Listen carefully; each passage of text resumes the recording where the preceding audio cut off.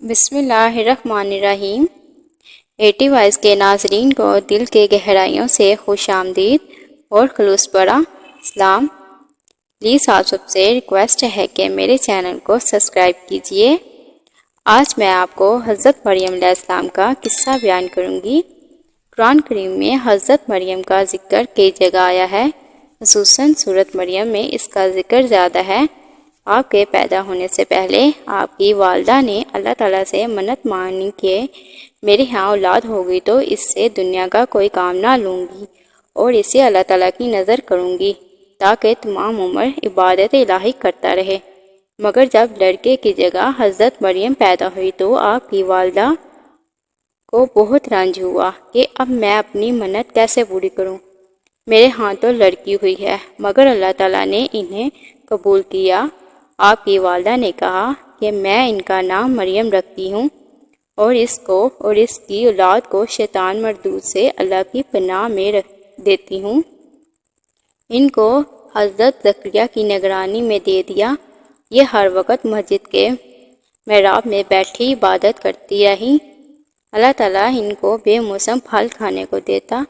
حضرت زکریا جب بھی ان کے پاس جاتے اور ان کے پاس یہ چیزیں دیکھتے تو ان کو بہت تعجب ہوتا اور حضرت مریم علیہ السلام سے پوچھتے کہ یہ چیزیں تمہارے پاس کہاں سے آئی ہیں۔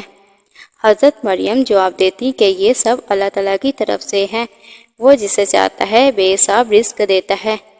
ایک روز کا ذکر ہے کہ وہ اپنے لوگوں سے پردہ کر کے ایک الگ جگہ جا کر بیٹھ گئی۔ اللہ تعالیٰ نے جبرائیل کو ان کے پاس بھیجا۔ وہ ان کے پاس کامل انسان کی شکل میں آئے۔ حضرت مریم نے غیر آدمی کو دیکھا تو پکار اٹھی، اگر تم نیک آدمی ہو تو میں پناہ مانتی ہوں۔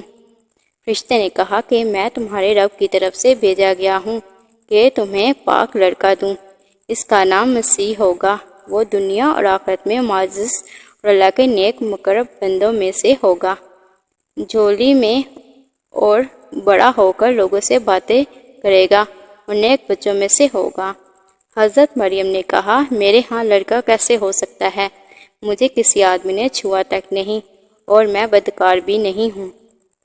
اللہ تعالیٰ کی طرف سے جواب ملا کہ ایسا ہو کر رہے گا، ہم اس کو لوگوں کے لیے نشانی بنائیں گے اور اپنی رحمت کا ذریعہ قرار دیں گے۔ اس کو کتاب، عقل اور دانائی، توریت اور انجیل کی تعلیم دیں گے اور اسے نبی بنی اسرائیل کی طرف رسول بنا کر بھیجیں گے۔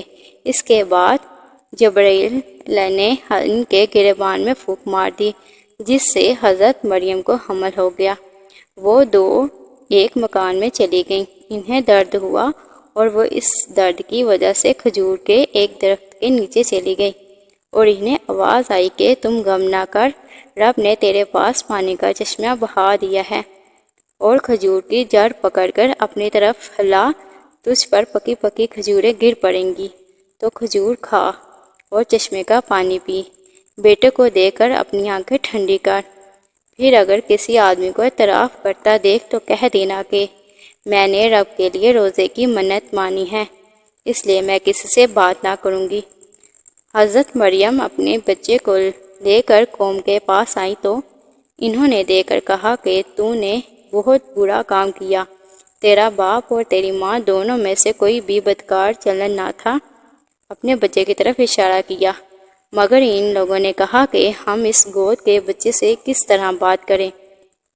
بچہ بول اٹھا، میں اللہ کا بندہ ہوں، اس نے مجھے کتاب دی ہے، نبی بنایا ہے، جہاں کہیں رہوں مجھے برکت والا ہوں، جب تک زندہ ہوں مجھے نماز اور روزے کا حکم دیا، اپنی ماں کے ساتھ بھلائی کرنے والا بنایا ہے، سرکش اور بدبخت نے پیدا نہیں کیا، مجھ پر اللہ کی امان ہے، جس روز پیدا ہوا، جس روز مروں اور جس روز زندہ اٹھایا جاؤں۔ اللہ پاک قرآن مجید میں فرماتے ہیں کہ یہ تھے عیسیٰ مریم کے بیٹے جس میں جگرتے ہیں۔ اللہ ایسا نہیں کہ اولاد رکھے، وہ پاک ذات ہے، جب کوئی کام کرنا چاہتا ہے تو یہی کہتا ہے کہ اس کو کہ ہو جا، وہ ہو جاتا ہے۔